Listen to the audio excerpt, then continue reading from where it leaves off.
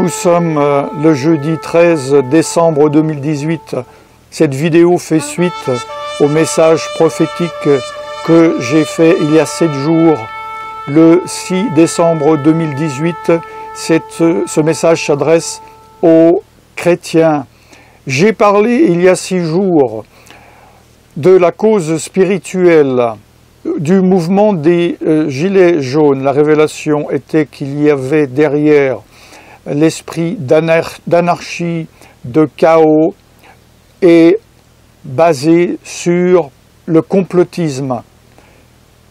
Il y a quelques heures, un homme a tué des personnes à Strasbourg, en France, immédiatement, parmi des personnes du mouvement des Gilets jaunes, a été entendu des propos de complotisme ou de théorie du complot.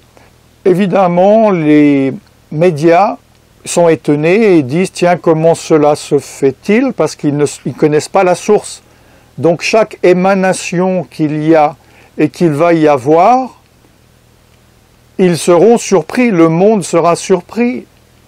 Mais si vous avez le discernement de l'Esprit de Dieu, vous n'êtes pas et vous ne serez pas surpris. Surtout qu'il y a des personnes comme moi qui font des messages prophétiques pour mettre en garde ceux qui peuvent encore être sauvés. La théorie du complot, le complotisme, comme je l'ai dit dans la première vidéo, est un esprit. C'est un esprit de séduction, c'est un esprit d'égarement. C'est une puissance spirituelle. Et si vous n'êtes pas obéissant à l'Esprit de Dieu, vous allez tomber dans le piège de la séduction, du complotisme ou des théories du complot. Le sujet n'est pas les divers complots.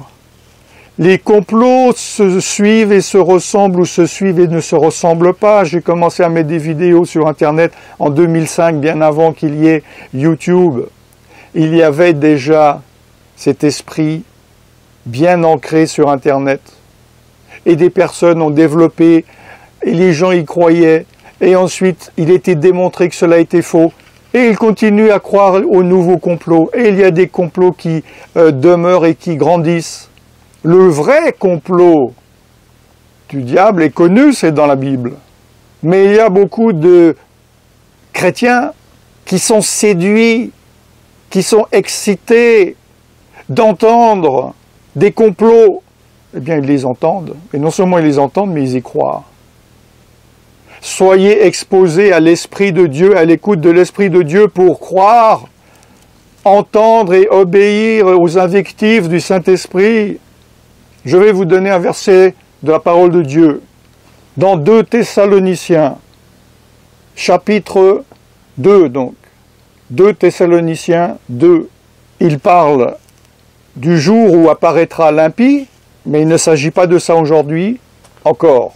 Et alors paraîtra l'impie que le Seigneur Jésus détruira par le souffle de sa bouche, et qu'il écrasera par l'éclat de son avènement. L'apparition de cet impie se fera par la puissance de Satan, avec toutes sortes de miracles, de signes et de prodiges mensongers. Mais c'est à partir de ce verset, du verset 10, que je veux vous parler. Et avec toutes les séductions de l'iniquité pour ceux qui périssent, parce qu'ils n'ont pas reçu l'amour de la vérité pour être sauvés.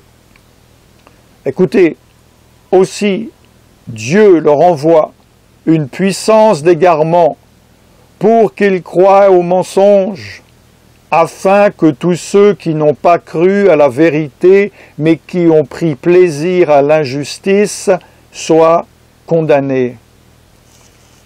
Il y a une puissance d'égarement envoyée de Dieu lui-même comme une justice pour ceux qui ne veulent pas obéir au Saint-Esprit.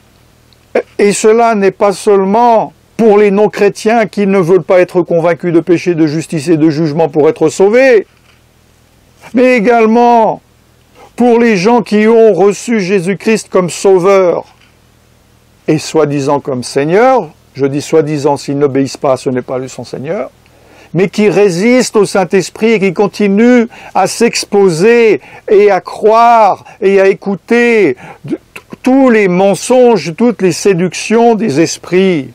Réveillez-vous, devenez intelligents, que le stupide cesse d'être stupide, que le stupide apprenne, afin que vous puissiez recevoir le discernement pour savoir le vrai du faux.